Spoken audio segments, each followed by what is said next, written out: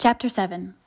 2 days after Mr. Bennet's return, as Jane and Elizabeth were walking together in the shrubbery behind the house, they saw the housekeeper coming towards them, and concluding that she came to call them to their mother, went forward to meet her. But instead of the expected summons, when they approached her, she said to Miss Bennet, "I beg your pardon, madame, for interrupting you, but I was in hopes you might have got some good news from town, so I took the liberty of coming to ask." "What do you mean, Hill? We have heard nothing from town." "Dear madame," cried Mrs. Hill in great astonishment, "don't you know there is an express come from master for Mr. Gardner? He has been here this half hour, and master has had a letter." Away ran the girls, too eager to get in to have time for speech. They ran through the vestibule into the breakfast room, from thence to the library. Their father was in neither, and they were on the point of seeking him upstairs with their mother, when they were met by the butler, who said, "If you are looking for your master, ma'am, he is walking towards the little copse." Upon this information, they instantly passed through the hall once more, and ran across the lawn after their father, who was deliberately pursuing his way towards a small wood on one side of the paddock. Jane, who was not so light nor so much in the habit of running as Elizabeth, soon lagged behind, while her sister, panting for breath, came up with him and eagerly cried out, "Oh, papa! What news? What news? Have you heard from my uncle?" "Yes, I have had a letter from him by express." "Well, and what news does it bring, good or bad?" "What is there of good to be expected?" said he, taking the letter from his pocket. "But perhaps you would like to read it." Elizabeth impatiently caught it from his hand. Jane now came up. "Read it aloud," said their father, "for I hardly know myself what it is about." "Gracechurch Street, Monday, August 2nd.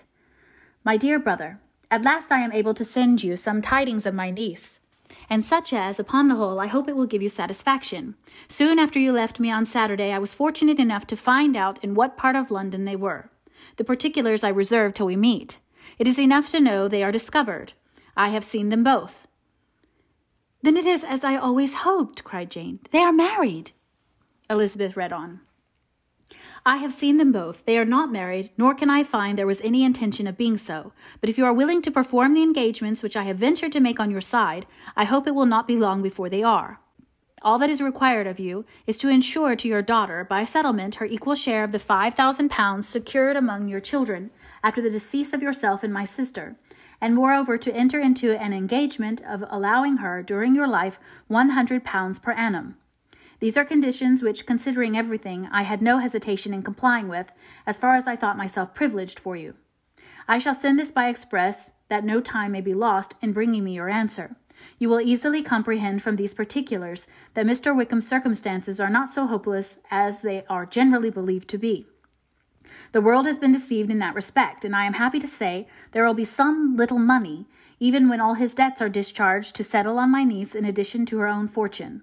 If, as I conclude will be the case, you send me full powers to act in your name throughout the whole of this business, I will immediately give directions to Haggerston for preparing a proper settlement. There will not be the smallest occasion for your coming to town again. Therefore stay quiet at Longbourn, and depend on my diligence and care. Send back your answer as fast as you can, and be careful to write explicitly. We have judged it best that my niece should be married from this house, of which I hope you will approve. She comes to us today. I shall write again as soon as anything more is determined on. Yours, etc., E.D.W. Gardner." "Is it possible?" cried Elizabeth when she had finished. "Can it be possible that he will marry her?" "Wickham is not so undeserving, then, as we thought him," said her sister. "My dear father, I congratulate you." "And have you answered the letter?" cried Elizabeth. "No, but it must be done soon." Most earnestly did she then entreaty him to lose no more time before he wrote. "Oh, my dear father," she cried, "come back and write immediately. Consider how important every moment is in such a case." "Let me write for you," said Jane, "if you dislike the trouble yourself." "I dislike it very much," he replied, "but it must be done." And so saying, he turned back with him and walked towards the house. "And may I ask," said Elizabeth, "but the terms, I suppose, must be complied with." "Complied with? I am only ashamed of his asking so little. And they must marry. Yet he is such a man." Yes, they must marry. There is nothing else to be done. But there are 2 things that I want very much to know. One is, how much money your uncle has laid down to bring it about, and the other, how am I ever to pay him?" "Money? My uncle?" cried Jane. "What do you mean, sir?" I mean that no man in his senses would marry Lydia on so slight a temptation as 100 a year during my life, and 50 after I am gone." "That is very true," said Elizabeth. "Though it had not occurred to me before, his debts to be discharged and something still to remain? Oh, it must be my uncle's doings. Generous, good man.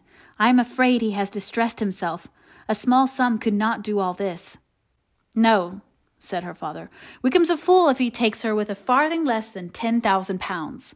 I should be sorry to think so ill of him in the very beginning of our relationship." 10,000 pounds? Heaven forbid! How is half such a sum to be repaid? Mr. Bennet made no answer, and each of them, deep in thought, continued silently till they reached the house.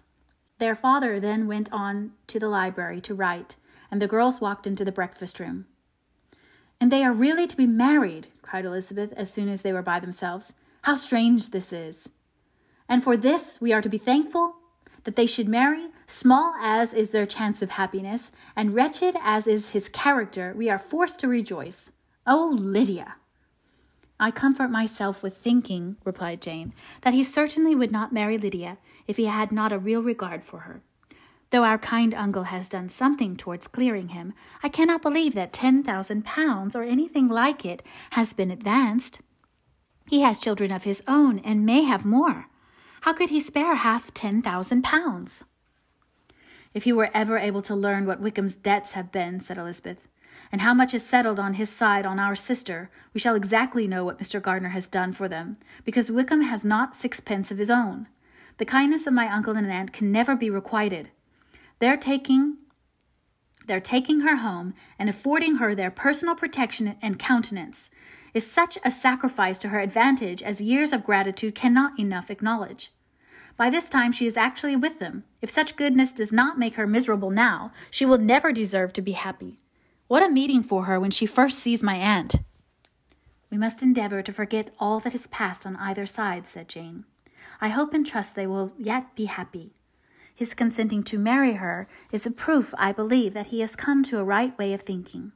Their mutual affection will steady them, and I flatter myself they will settle so quietly and live in so rational a manner as may in time make their past imprudence forgotten." "Their conduct has been such," replied Elizabeth, "as neither you nor I nor anybody can ever forget it. It is useless to talk of it."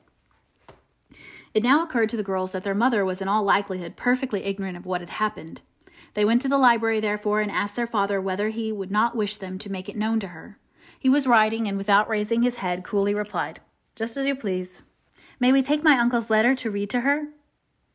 "Take whatever you like and get away." Elizabeth took the letter from his writing table, and they went upstairs together.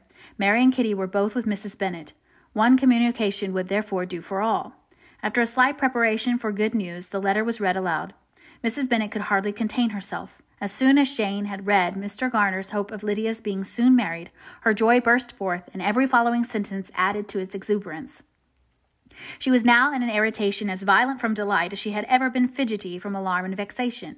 To know that her daughter would be married was enough.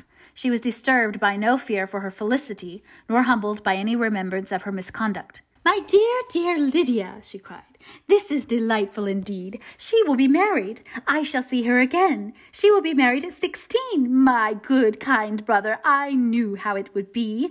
I knew he would manage everything. How I long to see her, and to see dear Wickham too. But the clothes, the wedding clothes. I will write to my sister Gardiner about them directly. Lizzie, my dear, run down to your father and ask him how much he will give her. Stay, I will go myself. Ring the bell, Kitty, for Hill. I will put on my things in a moment. My dear, dear Lydia, how merry we shall be together when we meet." Her eldest daughter endeavored to give some relief to the violence of these transports by leading her thoughts to the obligations which Mr. Gardiner's behavior laid them all under. "For we must attribute this happy conclusion," she added, "in a great measure to his kindness. We are persuaded that he has pledged himself to assist Mr. Wickham with money." "Well," cried her mother, "it is all very right. Who should do it but her own uncle? If he had not had a family of his own, I and my children must have had all his money, you know. And it is the first time we have ever had anything from him, except a few presents. Well, I am so happy. In a short time I shall have a daughter married.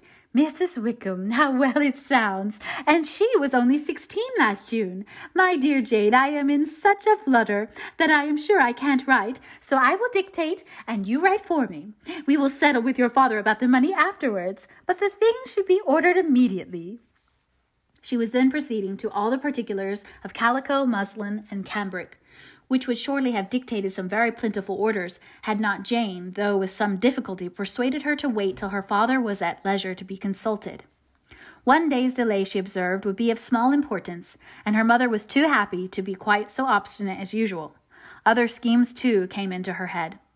"I will go to Meryton," she said, "as soon as I am dressed, and tell the good news to my sister Phillips, and as I come back, I can call on Lady Lucas and Mrs. Long. Kitty, run down and order the carriage. An airing would do me a great deal of good, I am sure. Girls, can I do anything for you in Meryton? Oh, here comes Hill. My dear Hill, have you heard the good news? Miss Lydia is going to be married, and you shall all have a bowl of punch to make merry at her wedding." Mrs. Hill began instantly to express her joy. Elizabeth received her congratulations amongst the rest, and then, sick of this folly, took refuge in her own room, that she might think with freedom. Poor Lydia's situation must at best be bad enough, but that it was no worse she had need to be thankful.